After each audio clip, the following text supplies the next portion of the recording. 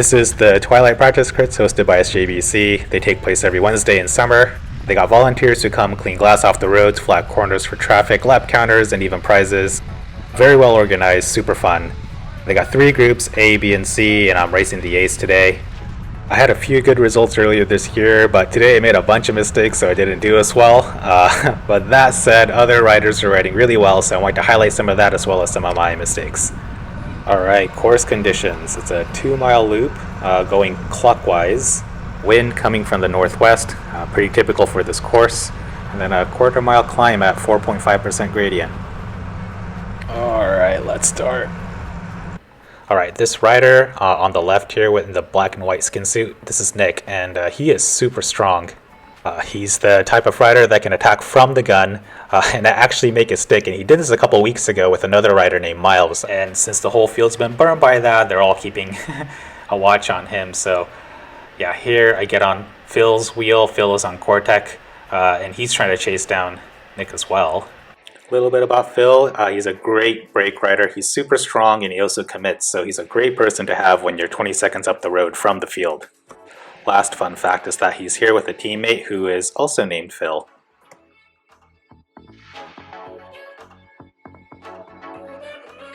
So we're coming up on the end of the first hill here, and Nick's already got a huge gap in. Phil does something really good here. He pedals through after he's done cresting, which allows him to carry a lot of speed, and then this big gap opens up between me and him, because meanwhile I'm just back here soft pedaling, which I'm gonna pay for in a little bit. So as you can see, we're only a couple minutes into this race and I've already used 2 matches, so not looking good for me from the start. But anyway, here I pass this SJBC rider who I think is looking to get onto my wheel as I almost close it down with Nick and Phil. See, look, like Nick is here looking around just to see who bridged up to see if this composition is worth investing in, but he's going back, so clearly he's not interested. He's like, oh dude, it's just max. But, you know, Phil on the other hand, see, he's committed. This is what I really like about him, is that he's a very aggressive rider. Never mind the fact that he gave the elbow even though it was 10 bike lengths away a little bit earlier. But, yeah, it's just speaking to how assertive of a rider he is and how I can't close down a gap. Anyway, fast forward. So here we're just rolling turns, and you can't quite see it in the rear view cam, but it's around this point that I noticed that it's really just 3 of us. Nick fell all the way back into the field. So I get off the front because I'm just anticipating and waiting for the obvious counter that's coming. And it's at this point that the SJBC rider is also looking back, and I think he realizes, yeah, we're going to get caught as well. Meanwhile, Phil's just so aggressive, just super fast. You can't get countered if you're super fast. And then boom, here goes Dave and Chris, who actually goes right through Phil. So then Phil actually needs to ramp up a little bit. But, you know, we're all still in position. No harm, no foul, keeping the speed high. Yeah, so I think it's around here where the field brings us back. And this is the thing about first lap attacks, is that everyone's still fresh. So, it's really hard to get away. And so I think really Nick made the right move here by falling back into the field. There's really no reason for me to be up here. I'm like 4th wheel. And so I guess we're just going to roll through the remainder of this lap just so you can kind of see what the rest of the course looks like. But yeah, this is the final corner going into the finish here. Yeah, see, so like in the Stars and Stripes jersey there, that's SuperDave. Races with him really often. Like, he shows up to El Viso, and he's been showing up to a lot of these Twilight crits. And very attacky. He's from the track, so he's very punchy, very sprinty. And yeah, man, like, it's really cool to see that Phil's still, full of energy, and I'm just sitting here on Chris's wheel trying to catch a break. I don't like puns, by the way. So I make another mistake here. We're only 2 laps in, and I see that a second brake attempt is forming up the road, so I can't suppress my animal instincts and I just start chasing. And I ramp it up to 26 miles per hour here, which is enough to provide a really good draft. Really what I should have done is to let somebody else cover this move, and then maybe I could have gotten the draft, and then I would have saved some energy. But instead what I do here is I draw out Phil from Cortec, and so this is the other Phil number 2. Yeah, so one difference here is that he doesn't pedal through like the fill number one from earlier, so I'm able to stick to his wheel, which is good for me because I lose a lot of speed going on the downhill since I'm so light. So Phil's looking back here to get some information on how much of a gap we have, and he needs that to make a decision as to how he wants to pace the remainder of this. So he looks back, he sees that he and I have a pretty good gap, so we keep the pressure on.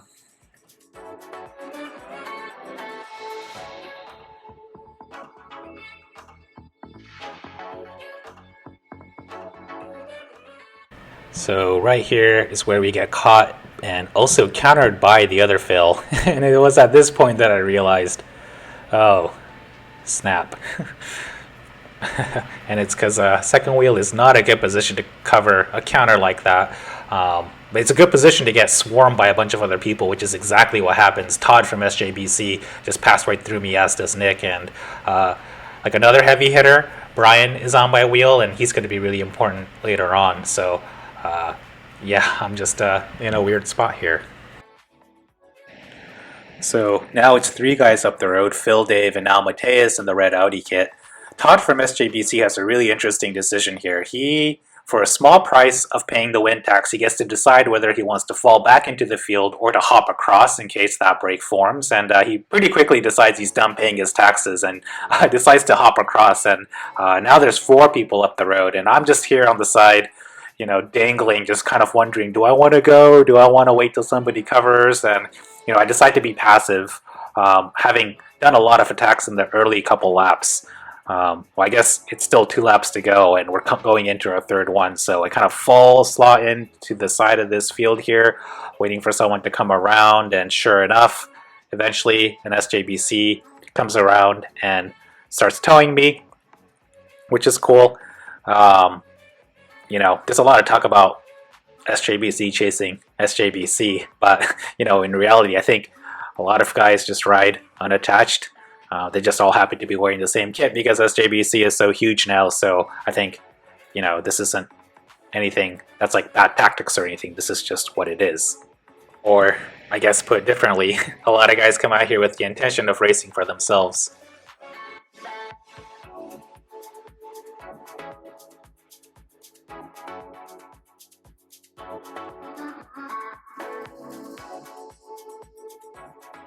And they all get brought back.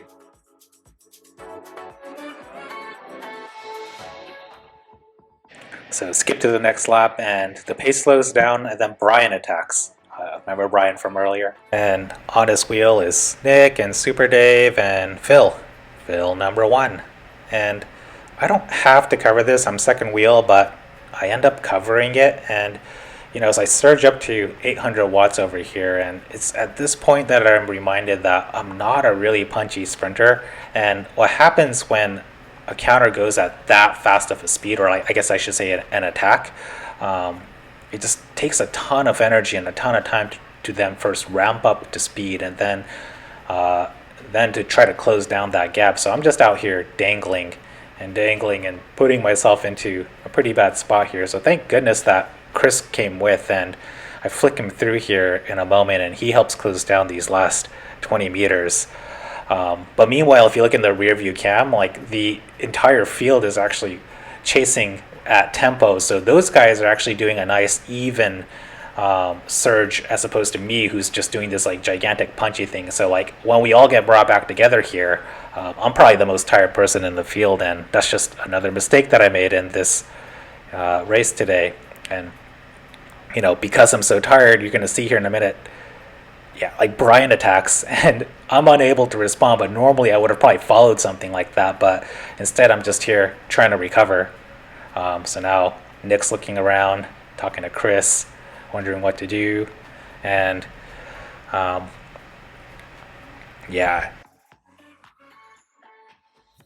Todd, see, I've noticed this about Todd, like he does these like nice and slow, smooth efforts when bridging up, and he's just bridging up to Brian right here. And guess what, guys, this ends up becoming the move.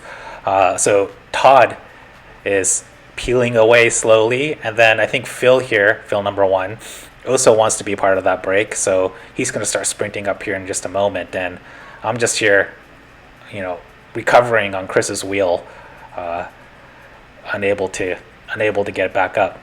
And I think it's at this point that I realized, ooh, you know what, this is probably the move here. But again, because I wait 5-10 seconds, there's just a gigantic gap now between Brian, Todd, and Phil, and there's just no way that I can close this gap down. Like, dude, like the descent is really my weakness. I'm so light that I just can't reach the speeds needed, that like the needed to be able to match what the heavier guys are doing. So yeah, this is the move that I missed.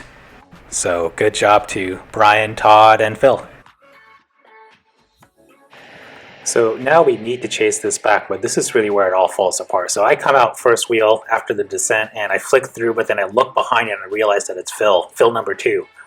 See, and Phil number 2 has no obligation to chase because he's got his teammate up there. So he's doing the right thing by not pulling through. And everyone in the field behind Phil should recognize that Phil isn't going to be pulling through, so they should be coming around. But I also understand that if they didn't see that break go, then they might not be aware that Phil's got a teammate Phil up the road. That's a lot of Phils. And another thing that the one right here, is doing is that he's jamming up the pace line. So see, we're trying to rotate counterclockwise, and what he just did is he let that wheel go. So now I have to surge to try to come up to speed so that I could take my pull. I do a little bit of 300 watts here, but we're only doing 26 miles per hour. We've really come and slowed down, and to really bridge up to these guys, we need to be doing 30 miles, 32 miles per hour. But yeah, now it's just super disorganized. Some people are peeling off to the recovery side of the pace line, and now there's like a gap between Mateus and Nick here, and now there's nobody actually on the rotation side. So then now Mateus is on the front having to take this long hero pull, but we're only doing 25 miles per hour. And if we're not doing 30 miles per hour, we're just losing time to the break. And I just want to make it clear that this isn't any one person's fault. This is really the collective field, of which I'm part of, that's letting this break go. Now we're riding 23 miles per hour, and it's important that if you're in the front and you notice that the speed is dropping like this, to peel off and flick through, and then for the second wheel to actually pull through. It's easier said than done, but earlier we were actually starting to bunch up and we were riding 3 bikes wide. So yeah, just something to think about. So we're on the next lap now. We had just finished descending. Up until this point, we've been riding all bunched up, which is a sign that the speed's been super slow. And I want to get the speed back up to where it was before. But so far, no one's actually made a move. So, I decide maybe I need to kickstart this, and I do a little bit of a surge here, and let's just see how that plays out. So Richard comes through, and he peels off as he should because he's just done his pull. And then Chris pulls through. But then see here, look, Phil gets on Richard's wheel, and then the rider behind him really needs to be coming around, but I don't think he realizes that Quartek has a teammate up there. So, before we were doing 28, 29 miles per hour, and we're right back down to 26 miles per hour again. So, this is super frustrating, but this is what Phil should be doing since he's got a teammate up there. And yeah, it's just contributing to some of the dysfunction in this field. So next lap, this is the front of the chasing field. In front of me is Dave, Oscar, and Phil. And Dave actually descends this at a really fast speed, and Phil is able to bridge up. And so now Oscar, I'm on his wheel trying to bridge up. Yeah, see, now we're hitting the speeds that we need to be doing, 30 miles per hour. Yeah, putting in 300 watts in Oscar's draft. And Phil and Dave are getting away. Oscar brings it up to 31 miles per hour, and so I'm just going to wait until it dips down to 29, and then I'm going to come around. Oscar should really be flicking me through at this point because he's starting to fade a little bit. And so, yeah, here goes. I come around, try to finish the bridging effort. Oh, this hurts. Someone help.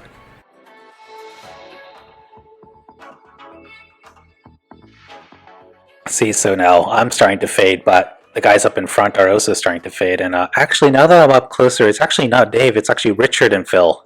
Richard was the one that was pulling. Yeah, so looks like they start slowing down, which is what allows me to bridge up. They start looking back, they peel off, and Yeah, here comes the real Dave right here. I had just bridged. No.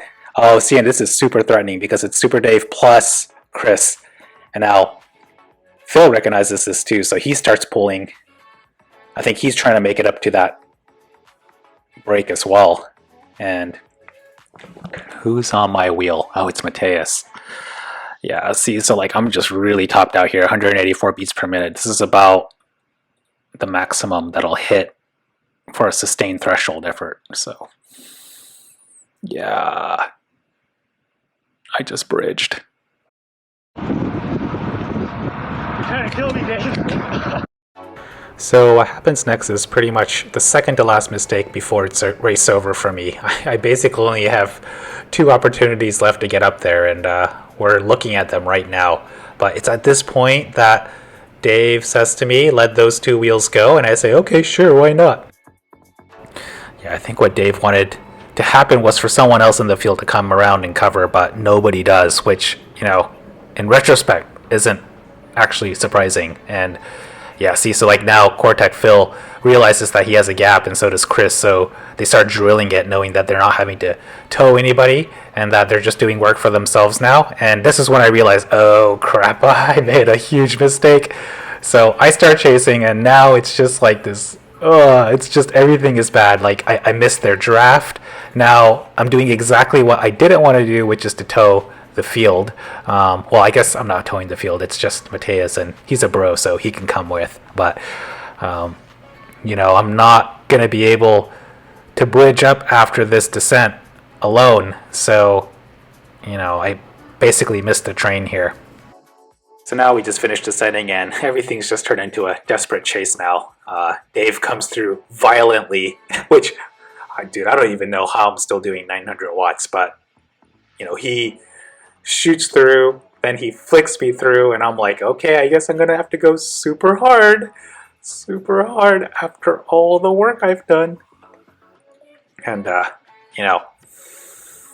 30 miles per hour, this is all I got. And then I flick Dave through because that was just killing me, and man, he just rips it again, and it's just so hard trying to stay in his draft. He's actually using the B group as a slipstream. I'm just trying to be safe on the left side, so maybe I should be more bro like Dave, but I'm just dying now, and that effort just really killed me.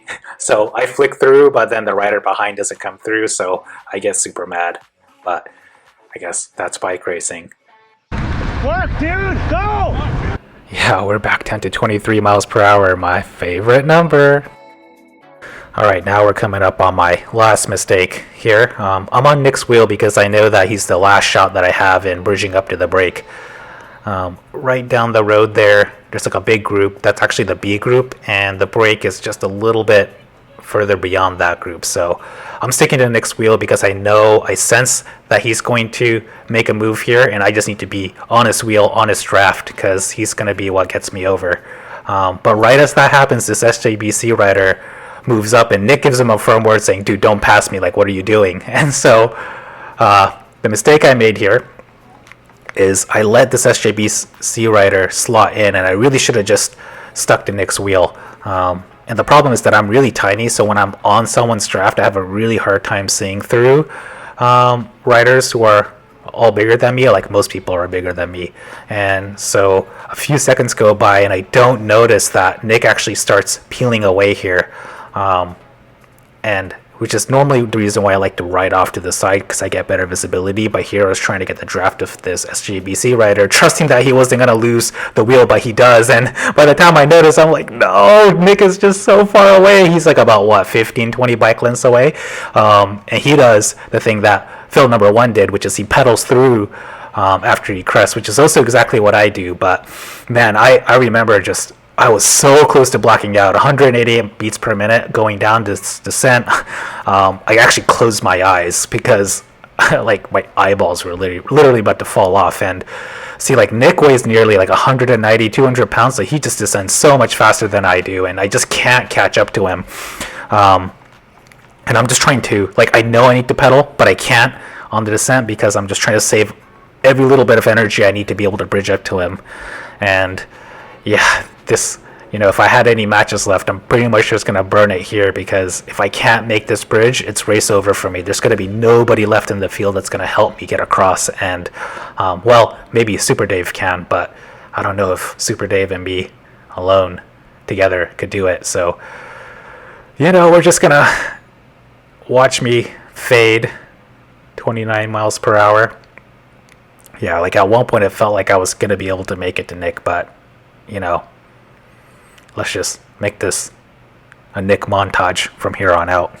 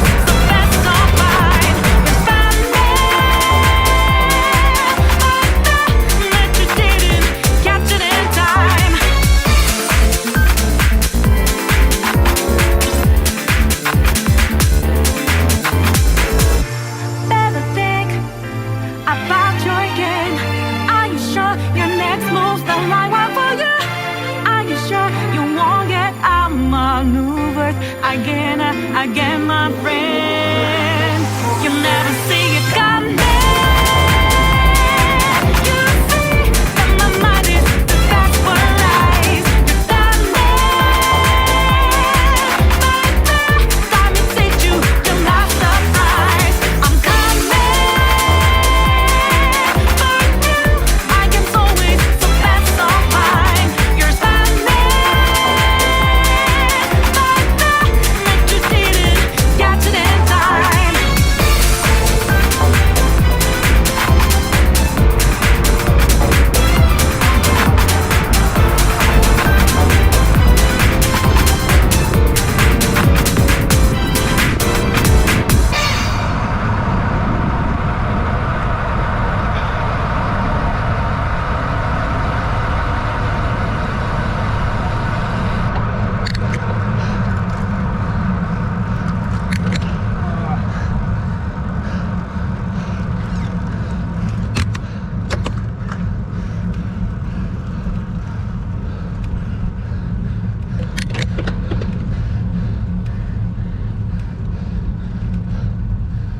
Let off just the wrong time. Dave, letting that wheel go was a mistake. I just swung off. That was my attack. Got us a gap in the first place. No, I mean like when we let Reichert's wheel go back there, Yeah. like lap 4 or 5. Yeah, Again, I just swung off, so I can't close him. got it. And Yeah, no one closed it. all right. Back ball coming off my wheel on the climb, and I'm only doing like 500, and I'm like, all right, well, I'm just gonna go then. Nick, Did you for make you, it? Probably the big Oh thing yeah. is- Fuck. That's the big thing for you. Wait, well, no, Brian, right? It was you, Brian, and one more? Yeah. And Phil. And then Rickard and Nick bridged up. Oh, wait, Riker and the other Phil. the other Yeah. Phil. Yeah, And then Nick bridged later. right. Did you see me And fail then he just that? sat in. You were in no man's land for a while, and I was just like, like I could bridge up and work with them, but I don't think the two of us will make it. But yeah, that's like. So let him sit. No, oh yeah, we just let him dangle for like Yeah. 3 or 4 laps. Well, You were in there, right? Man, he did a couple pulls along this stretch where must have been doing 400 watts the whole way. He did it to me last week. And I mean, we're all just like, I can't even pull now. 400, whatever. work Because with Max, you Okay. looked and you didn't Reach pull, across? so then I was like, oh. Max and I played some isn't stupid pulling. games. Yeah. He chased down that early split, and then I countered around the corner. And then as soon as I swung off Yes. here, Chris and Phil were going, and he and I were both like, "Oh, you go." But the other times I was trying to bridge up, and then when you and I were trying to do a break, I Yeah. felt like you were attacking me. Oh, you just got to go hard. You gotta are snap the not elastic. smooth at all. I was dying. I was like, Dave, stop. We're trying to bridge together. Wait, is this normal for you? This is not normal for me. Yeah, I maybe be a little too violent, but I've always known if you're bridging, you just got to get there. You're bridging, There's you no know. like, Go. It's like there's no question. I'm like, you're not frosting a okay. cake. I don't think I can match that speed right now.